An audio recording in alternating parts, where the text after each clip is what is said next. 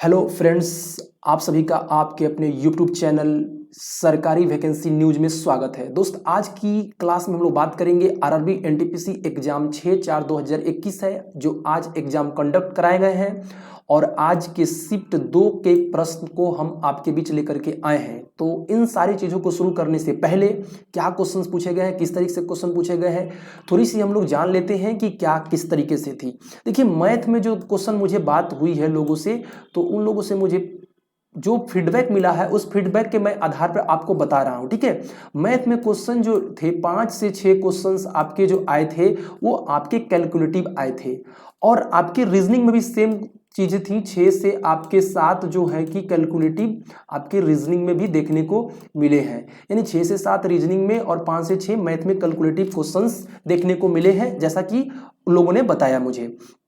अब उसके बाद देख सकते हैं कि ये कहना था कि ये भी क्वेश्चन जो थे थोड़े से टाइम टेकन थे, ये मैथ्स में और ये आपके रीजनिंग में टाइम थोड़ा सा ले रहे थे ये क्वेश्चन, तो इसके आधार पर मैंने बताया। उसके बाद करंट अफेयर की अगर बात की जाए, करंट अफेयर की बात की जाए, सीए की बात की जाए, तो इसमें जो है आपके 2021 से भी क्वेश्चंस आ रहे हैं। ठीक है ना, और 2018 के क्वेश्चंस भी आ रहे हैं, 2019 के भी क्वेश्चंस आ रहे हैं और 2020 के भी क्वेश्चंस आ रहे हैं। अब बात करते हैं, अब साइंस सेक्शन की बात करते हैं, तो आपके साइंस पोर्शन से जो क्वेश्चन पूछे जा रहे हैं वो 4 से 5 क्वेश्चंस आए थे। इसमें 4 से 5 क्वेश्चंस आपके साइंस में आए थे। और स्टैटिक्स जीके की बात की जाए, अगर स्टैटिक जीके की बात अगर हम करें, ठीक है ना, तो इसमें जो क्वेश्चंस आपके रेस्ट हैं, ये सारे क्वेश्चंस यहां से आ रहे हैं, यानी कि इसमें वेटेज देखा जाए तो इसके रेस्ट क्वेश्चंस जो है स्टैटिक्स जीके के पूछे गए हैं ज्यादा से ज्यादा। ठीक है, तो मैंने बता दिया एक रफली फीडबैक कि कैसे क्वेश्चंस आज के डेट में पूछे गए थे। अब सबसे खास और इंपॉर्टेंट चीज है ये है, उससे शुरू करने से पहले आपको दोस्त ये बता दे क्वेश्चन कि जैसा कि मुझे बात हुआ कि कितने गुड अटेम्प्ट लोगों का है और कितने अटेम्प्ट लोग करके आए हैं। तो अटेम्प्ट जो करके आए हैं अलग अलग जैसे फीडबैक मिला, 72 था, 80 था, उसके बाद 86 था, उसके बाद किन्हीं ने बताया कि 84 था और किन्हीं का 85 था और 80 जो है कि 6 भी था। तो ये आपके अटेम्प्ट है इस शिफ्ट में, लोगों ने जैसा मुझे बताया कि इतना इतना उन्होंने अटेम्प्ट किया है। ठीक है, तो मैंने आपके सारे शुरू करने से पहले जो जरूरी के मुझे लगे कि आपको बताने चाहिए, मैंने सारी चीज़ों आपको बता दिए हैं। ठीक है, तो अब क्लास की क्वेश्चन की शुरुआत करते हैं। चलिए मैं इसको क्लीन भी कर देता हूं और फ्रेश क्लास की शुरुआत करते हैं नए जोश और उमंग के साथ। ठीक है दोस्तों, चलिए पहला क्वेश्चन आपके जो पूछे गए हैं वो क्वेश्चंस क्या पूछे गए हैं कि कौन सा खिलाड़ी अपने 100वें टेस्ट मैच में 200 रन बनाए। तो वो आपके थे जो रूट थे। कौन थे? जो रूट थे। अगले क्वेश्चंस जो आए हैं वो आए हैं भारत के पहले लोकपाल कौन बने थे। तो ये है आपके पिनाकी चंद्र घोष जी हैं।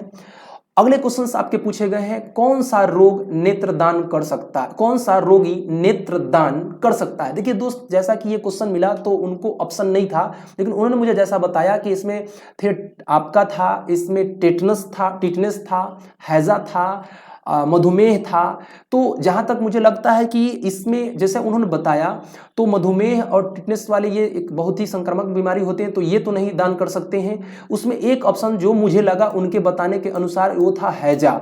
ठीक है, तो ये हैजा हो सकता है। बाद बाकी आप बताइएगा कि क्या इसका ऑप्शन था, कमेंट बॉक्स में कमेंट जरूर कर दीजिएगा कि इस क्वेश्चन के ऑप्शंस क्या आए थे, उसके अनुसार आप देख सकते हैं। लेकिन जैसा उन्होंने बताया मैंने वैसा बता दिया कि उसके अनुसार हैजा होना चाहिए। ठीक है, अगले क्वेश्चंस जो आपके आए हैं वो आए हैं यूएनओ के चौथे महासचिव किस देश के प्रेसिडेंट थे।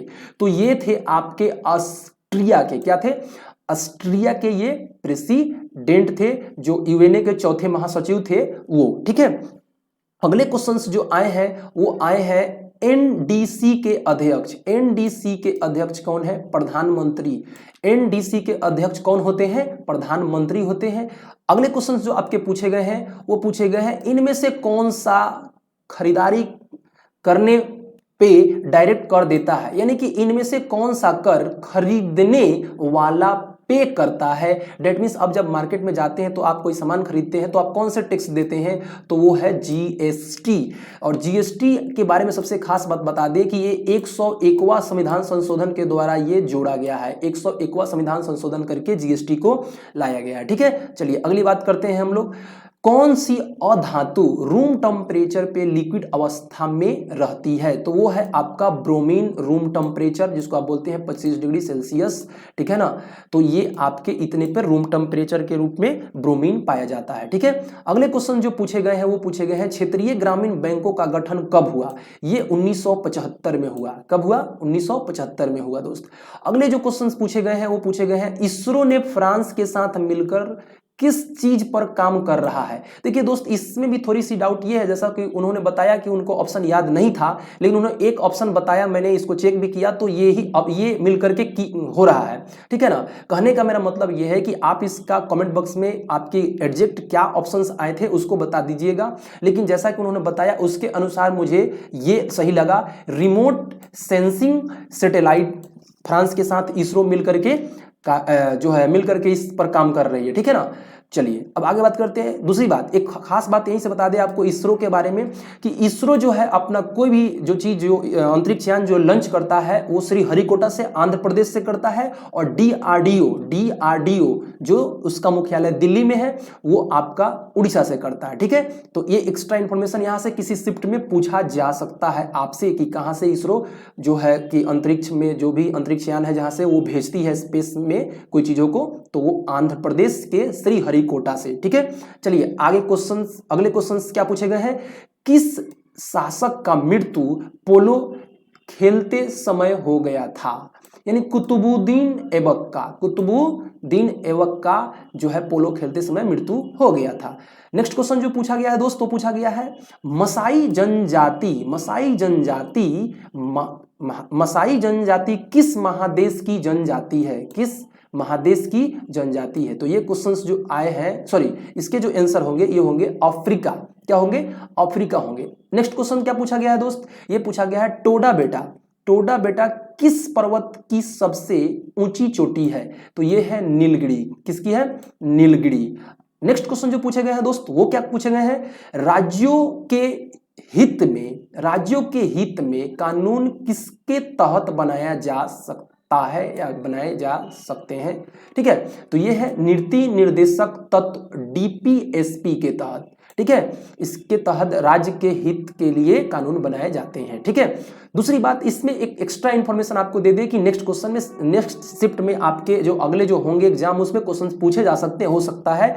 तो ये आपके नीति निर्देशक सिद्धांत जो है, नीति निर्देशक तत्व जो है कहाँ से लिया गया है, ये आपके संविधान जो लिया गया है वो आयरलैंड से लिया गया है। कहाँ से लिया गया है, आयरलैंड से लिया गया है, ये आयरलैंड से लिया गया है। ठीक है, चलिए अगले क्वेश्चन जो पूछे गए हैं आपके पूछे गए हैं स्तनधारी प्राणी के बारे में क्या गलत है, तो ये गलत है कि कह रहा है कि 3 हृदय होते हैं, ये ऑप्शन में था, जो कि ये गलत है क्योंकि कितने होते हैं, 4 होते हैं। कितने होते हैं, 4 होते हैं। तो 4 होता तो सही होता, लेकिन उसका कहना था कि 3 हृदय होते हैं, तो ये गलत हो गया। ठीक है, नेक्स्ट क्वेश्चन जो पूछे गए हैं यूएनओ के वर्तमान प्रेसिडेंट किस देश के हैं, तो ये है पुर्तगाल के, और है कौन, तो ये है आपको एंटोनियो गुटरेस हैं। ठीक है, समझ में आ गया बात। और ये पूछा भी जा चुका है आपके अगले जो एग्जाम पीछे जो हुए हैं उसमें ये क्वेश्चन पूछा गया था कि कौन उसके यूएनओ को प्रेसिडेंट है, तो हैं पुर्तगाल के और हैं कौन से, एंटोनियो गुटरेस हैं। ठीक है, नेक्स्ट क्वेश्चन क्या पूछा गया है कि डिब्रू सिखावा